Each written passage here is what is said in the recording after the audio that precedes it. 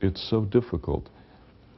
The fact that Shakyamuni decided to become a public teacher and to, in the best of his ability and with the use of words, to describe the experience of his enlightenment was a major event in the development of this religion. Had he not given his first sermon, had he not made this a public event, then of course Buddhism would not have become a world religion. But he made this decision, he put it into words, and it is his remembered words which formed the core of the first scripture for the Buddhist. According to tradition, the Buddha then delivered the Deer Park sermon at a place near modern Sarnath in India. Gautama Buddha began his sermon by discussing the noble truth of pain, which is a deep, pervasive awareness that human existence is temporary and full of ills. Perhaps the most famous part of the Buddhist doctrine of the so-called Four Noble Truths. And the first truth is said to be usually suffering. A lot of people wonder what this means, because it seems, therefore, that Buddhism would be a very pessimistic religion. Some people suggested that perhaps we should call this that life is unsatisfactory. That is, whatever it is that I do, ultimately it becomes unsatisfactory. So I can say if I'm tired and I sit down, then I can say sitting is wonderful. It's not suffering. But if I sit on an airplane from London to Chicago, I'm going to say sitting is not satisfactory. So the Buddhists say whatever we do always turns out to be unsatisfactory, and our suffering comes because we find that life is unsatisfactory and we long for it to be otherwise. So the Buddhists say that what we have to deal with is the fact that this is so. And how do we get out of it? How can we determine that if it's like this, what's the escape? For the Buddhist, it's the idea that we have to have insight. We have to know what is really the case.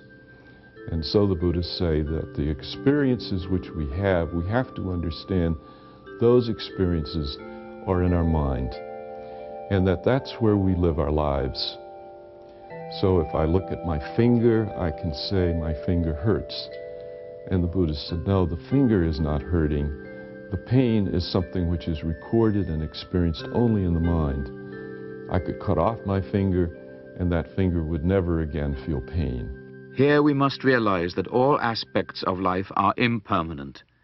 We must see that what we call the self is essentially unreal, and that the nature of life as we ordinarily live it is restless and dissatisfying. Buddha's first realization was life is suffering. And actually, when I even heard it myself, it sounds so negative.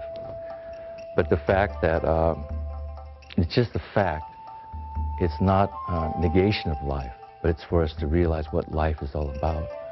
Because when we come out of the womb, we start crying. It's the pain of being born. And that is we could say, the dharma of being born, the law of being born. So it's not like it's a negative view, but it's a very close observation of how we're coming into life and how to prepare for this very life. So therefore we can be free from the suffering or know how to be with it. The four remaining elements of the Noble Eightfold Path may be lumped together in the category of meditation. Though meditation is the final release from the cycle of life and death, Buddhist morality is not left behind when one meditates. During the emergence of Buddhism, the most important of the Indian caste groups was the Brahman. The Buddha proclaimed a way of salvation that had two quarrels with the Brahmanical religion. First, Buddhist salvation does not require the elaborate rituals that were a part of Brahmanism. Rituals deal only with outward, physical matters, not the inwardness of the human spirit.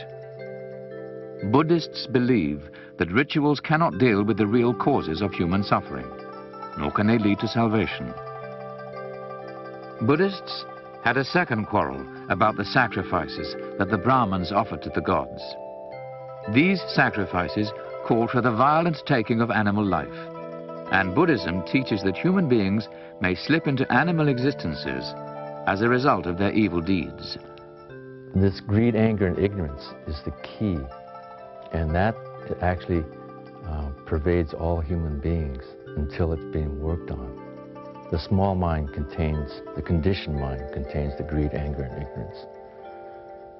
And this is what has to be seen through.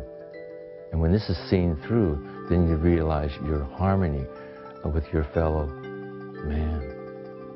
And also objects, inanimate and animate objects, that you and them are the same. So you wouldn't want to kill anybody because you'd be killing yourself as well. This is the study and practice through meditation that you begin realizing this very important aspect, because we're very good at the other stuff. In fact, the whole society and cultures is like a conspiracy against the spirit. And my feeling is that as we're approaching 2000, just the number 2000, people know that something is missing. The 5 precepts of Buddhism can be understood as a parallel to the 10 Commandments. They might be translated as follows. Don't take any human or animal life. Don't take what is not one's own. Refrain from slander and untruth. Don't engage in illicit sexual conduct. Abstain from intoxicating or mind-muddling drugs. Buddhist doctrine constantly emphasizes that one's fate is the result of one's past deeds. If one suffers from physical ugliness, deformity, disease, or any ill fortune, it is due to one's own past action. Everything, karma is basically action. And it's about cause and effect. Everything has a cause and everything has an effect. And so in meditation practice, we try to free ourselves from this cause and effect, to make a loophole in it by seeing through it. So people talk about Buddhism or the Buddha Dharma is different than becoming a good person. Because when you want to become a good person, when you want to do good, you become a purpose. You have a purpose of being good, of what you think is good. So we even have to transcend that. So studying Zen is not becoming a good person, but becoming a human being. And when you become a human being, then you're naturally, you realize your basic goodness. Even ourselves, our basic goodness, and then you realize the basic goodness of others. That's goodness. So it's not becoming, doing good things for people, but it's becoming selflessness and serving people is one of the greatest rewards. Yet existence as a human being is a great privilege, because only a human can produce karmic merit. A person should eagerly seize his or her priceless opportunities for producing good karma, for again only a human can ascend to nirvana.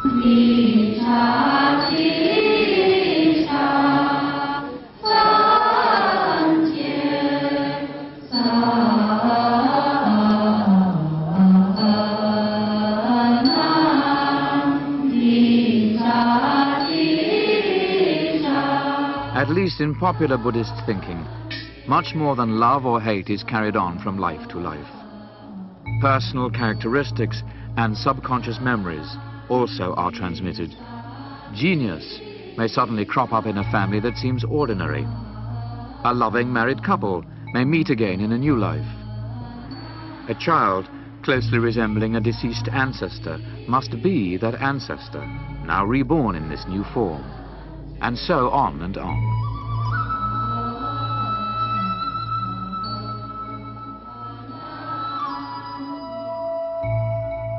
Buddhists cherish what they call the 4 great illimitables. These are 4 qualities